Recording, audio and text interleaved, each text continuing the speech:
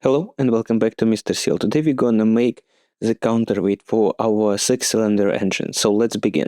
As you can see right now, I'm drawing the outline of the counterweight shape. The tool that we use right now is awesome. With this we can draw the parts of the sphere. Now you just can see me cleaning up a bit. Right here we are using a very great tool, the symmetric tool, which allows us to make us 2 points symmetric about the one of the axes. Right here, you can observe me doing it around the y-axis. Here is another great tool called an equal tool, which we use here to make those two circles equal to one another. Here, after some time, all the dimensions are ready, and we are ready to do the next part. We will extrude this part. Here, on the sketch to the right, we can see all of the dimensions, and from this sketch, we know that we need to extrude this part by 12 millimeters.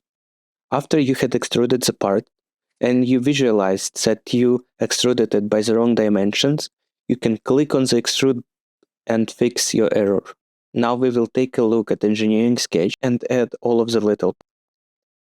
It's pretty straightforward. What we will do, we will create a sketch, grab the outside geometry of the circle, and draw a second circle.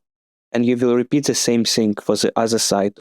Now, you might have noticed that all of the sides on the engineering sketch are round. So there is a great tool that makes them round when you select two adjacent sides to this corner.